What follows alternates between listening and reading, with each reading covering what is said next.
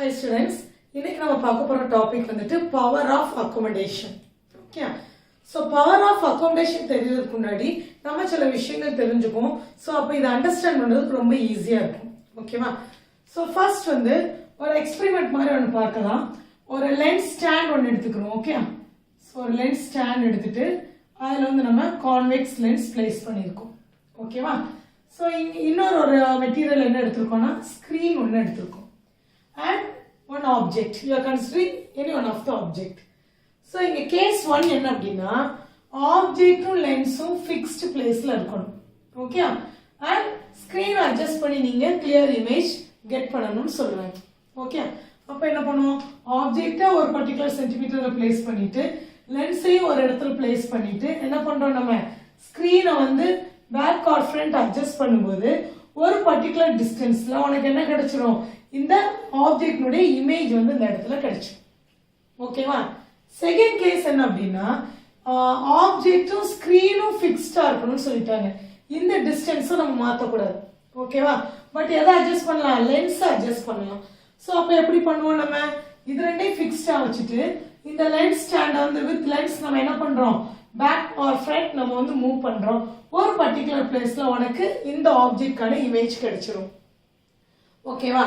Third case என்ன அப்படின்னா லென்ஸும் ஸ்கிரீனும் ஃபிக்ஸ்டா இருக்கணும், ஆப்ஜெக்ட்டை மூவ் பண்றது.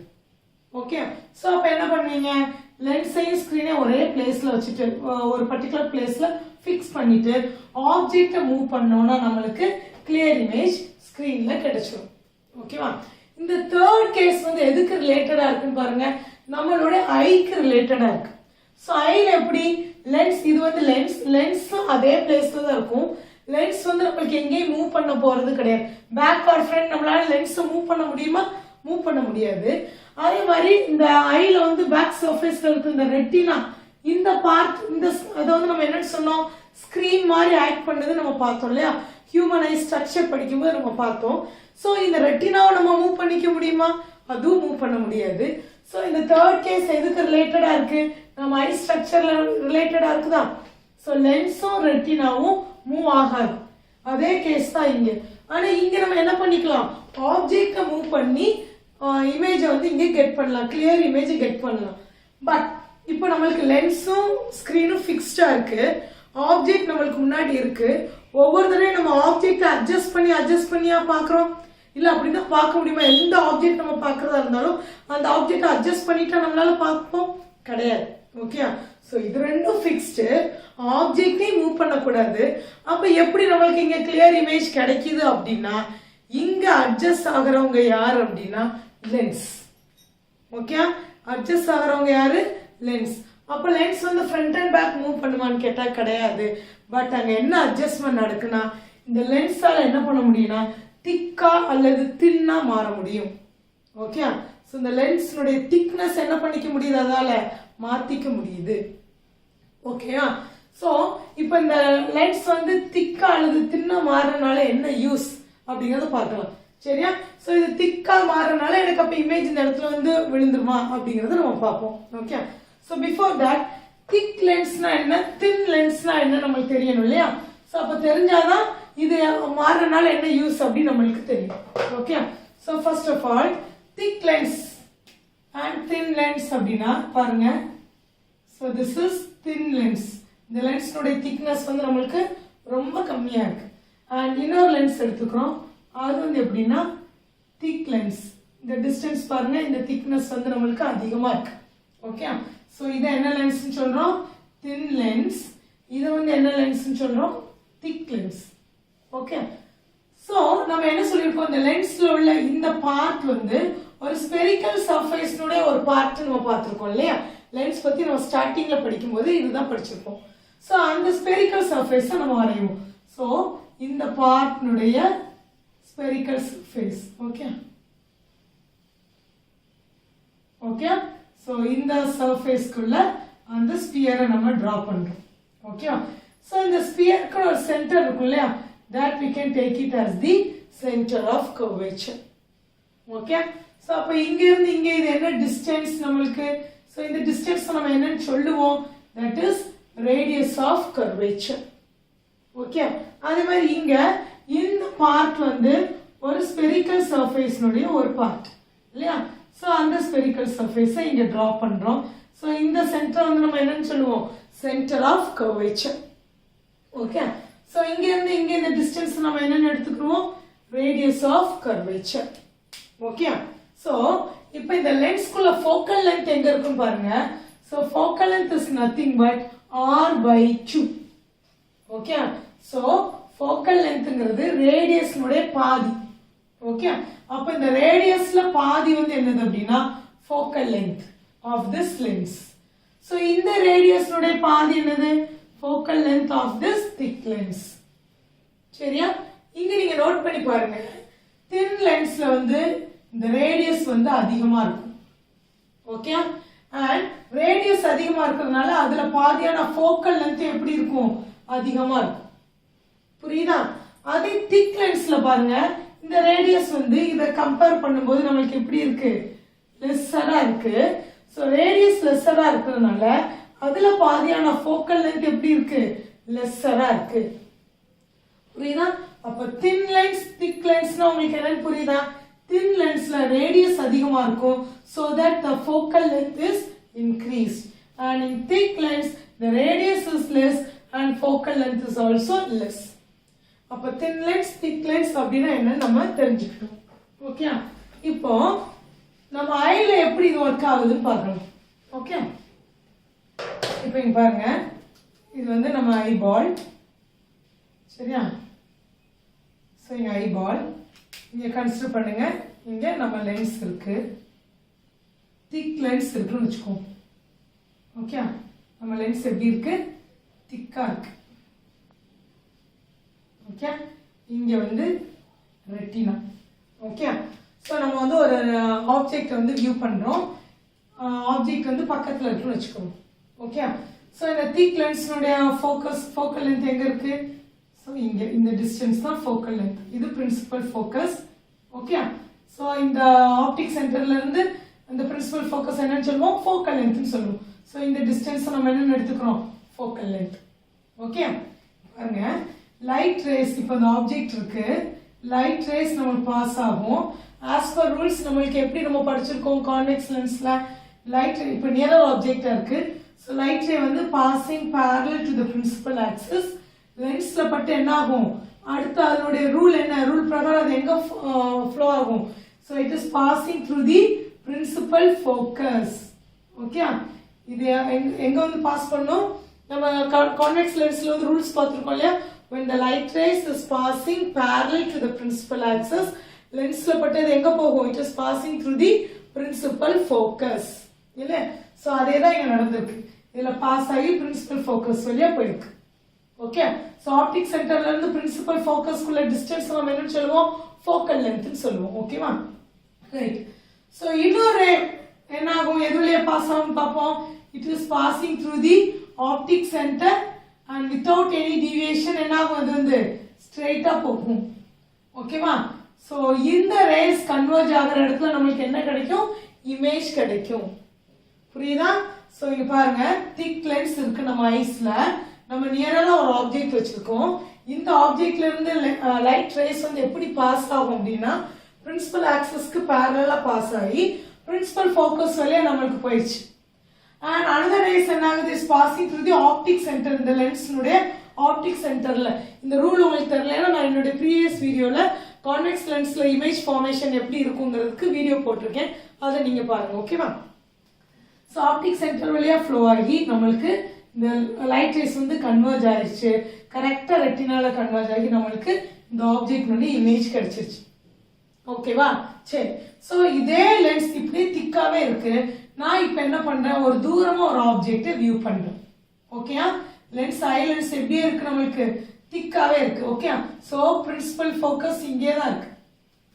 ஓகே, இந்த ஃபோக்கல் லென்த் வந்து டிஸ்டன்ஸ் இவ்வளவே தான் இருக்கு. ஓகே, இப்போ நான் தூரம், அதாவது ஒரு ரொம்ப தூரத்துல ஒரு ஆப்ஜெக்ட் பார்க்கிறேன். அந்த லைட் ரேஸ் எப்படி பாஸ் ஆகும்? ஸோ இன்ஃபினிட்டியில இருக்கிற ஆப்ஜெக்டுடைய அந்த ரூல் என்ன? நம்ம கான்வெக்ஸ் லென்ஸ்ல என்ன பார்த்தோம்? ஸோ ஒரு ஆப்ஜெக்ட் வந்து இன்ஃபினிட்டியா இருந்துச்சுன்னா லைட் ரேஸ் வந்து parallel பாஸ் ஆகி லென்ஸ்ல பட்டு நம்மளுக்கு பிரின்சிபல் ஃபோக்கஸ்ல கன்வர்ஜ் ஆகும்னு பார்த்தோம். இது வந்து one of the rules. Okay, first நம்ம பார்த்தது நியர்பை ஒரு ஆப்ஜெக்ட் வச்சு அங்க எப்படி லைட் ரேஸ் பாஸ் ஆகுது. இப்போ நம்ம பார்க்கறது ஆப்ஜெக்ட் இன்ஃபினிட்டில இருக்கு. அப்ப அந்த ரூல்ஸ் என்ன, நம்மளுக்கு லைட் ரேஸ் வந்து எப்படி பாஸ் ஆகும், நம்மளுக்கு parallel பாஸ் ஆகும் to the principal axis. So அப்படி பாஸ் ஆகி நம்மளுக்கு இந்த லென்ஸ்ல பட்டு என்ன பண்ணுவோம், எங்க வந்து நம்மளுக்கு வந்து கன்வர்ஜ் ஆகும், as per rule it will converge in the principal focus. So அப்ப நேரா எங்க வந்து கன்வர்ஜ் ஆவாங்க, இங்க வந்து கன்வர்ஜ் ஆகுங்க. சோ அப்ப எல்லா லைட் ரேஸ் எங்க கன்வர்ஜ் ஆகுதோ அங்கதான் நமக்கு இமேஜ் கிடைக்கும் இல்லையா. அப்ப நமக்கு இமேஜ் எங்க கிடைக்குது, இந்த இடத்துல கிடைக்குது. இந்த இடத்துல நமக்கு கிடைச்சா என்ன யூஸ், ஒரு யூஸ்மே கிடையாது. இப்ப ரெட்டினால விழுந்தா மட்டும்தான், ரெட்டினால வந்து அந்த இமேஜ் விழுந்தா மட்டும்தான் ஆப்டிக் நர்வ்ஸ் வழியா நம்மளுக்கு இங்க பார்த்தோம் இல்லையா, ஆப்டிக் நர்வ்ஸ் வழியா நம்மளுக்கு பாஸ் ஆகி பிரெயினுக்கு போய் அதை நம்ம நேரா பார்க்க முடியும். ரெட்டினாலேயே ஒரு இமேஜ் வந்து விழல அப்படின்னா நம்மளுக்கு அடுத்த ஒர்க்கே நடக்காது. அப்ப என்ன அர்த்தம், நம்ம இந்த இமேஜை நம்மளால பார்க்க முடியல, இன்னும் பார்க்கல நம்ம, ஏன்னா நம்ம ஸ்கிரீனுக்கே அந்த இமேஜ் இன்னும் வரல. ஓகேவா, அப்ப எனக்கு தூரமா இருக்கிறத பார்க்கணும்னா இந்த லென்ஸ் என்னதான் மாறணும் அப்படின்னா, ஏன்னா இந்த திக்கா இருக்கனால ஃபோக்கல் லென்த் இங்கே இருக்கு. நம்ம திக் லென்ஸ்க்கு ஃபோக்கல் லென்த் எப்படி பார்த்தோம், கம்மியா இருக்குன்னு பார்த்தோம். அப்ப எந்த லென்ஸ்க்கு ஃபோக்கல் லென்த் அதிகமா இருக்கு, தின் லென்ஸ்க்கு ஃபோக்கல் லென்த் அதிகமா இருக்கு. அப்ப இந்த லென்ஸ் என்னதான் மாறணும் எனக்கு அப்படின்னா தின் லென்ஸா மாறணும். இந்த லென்ஸ் எப்படி மாறணும், தின் லென்ஸா மாறுச்சுன்னா இதனுடைய ஃபோக்கல் லென்த் அதிகமா இருக்கும், ஃபோக்கல் லென்த் இந்த இடத்துக்கு வந்துடும். ஓகேவா, சோ அந்த லென்ஸ் திக்கா இருந்தனால தான் ஃபோக்கல் லென்த் நம்ம ஷார்ட்டா இருந்துச்சு. நாம அந்த லென்ஸ் வந்து தின்னா மாத்திடுவோம், அப்போ ரேடியஸும் அதிகமாகும், அதனுடைய ஃபோக்கல் லென்த் அதிகமாகும், அந்த ஃபோக்கல் லென்த் கரெக்டா ரெட்டினாக்கு வந்துடும். ஓகேவா, சோ இப்போ ஆஸ் பர் ரூல் என்ன ஆகும், நம்ம இன்ஃபினிட்டில பாக்குறது இந்த லைட் ரேஸ் எல்லா லென்ஸ்க்கு வந்து எங்க வந்து கன்வர்ஜ் ஆகும், நேரா ஃபோக்கஸ்ல வந்து பிரின்சிபல் ஃபோக்கஸ்ல வந்து கன்வர்ஜ் ஆவாங்க. சோ நமக்கு இந்த இடத்துல இமேஜ் கிடைச்சிரும். So now it will send to the brain and brain will sense as the erect image. புரியுதா, அப்போ பக்கத்துல இருக்கிற பொருளை பாக்குறப்ப லென்ஸ் எப்படி இருந்துச்சு, திக்கா தன்னை மாத்திக்கிருச்சு. தூரமா இருக்கிற பொருளை பாக்குறப்ப லென்ஸ் எப்படி இருந்துச்சு, தின்னா மாறுது. ஏன் இது மாறுது, இந்த இமேஜ இந்த ரெட்டினால வந்து தங்க வைக்கிறதுக்காக. ஓகே, அந்த இமேஜ் அந்த ஆப்ஜெக்டோட இமேஜ ரெட்டினால வந்து சேர்க்கணும், தங்க வைக்கணும். அக்கமடேஷன் அப்படின்னா தங்கும் இடம்னு அர்த்தம். நம்ம கொஸ்டின் என்ன பார்க்கிறோம், பவர் ஆஃப் அக்கமடேஷன். அக்கமடேஷன் அப்படின்னாலே என்னது, தங்கும் இடம். ஓகே, அப்போ இங்க நம்ம பார்க்கிற ஆப்ஜெக்டோட இமேஜ ரெட்டினால வந்து தங்க வைக்கணும்னா யாரு வேலை பார்க்கணும், லென்ஸ் வந்து வேலை பார்க்கணும். என்ன வேலை பார்க்கணும், தன்னையே மாத்திக்கிட்டே இருக்கணும்.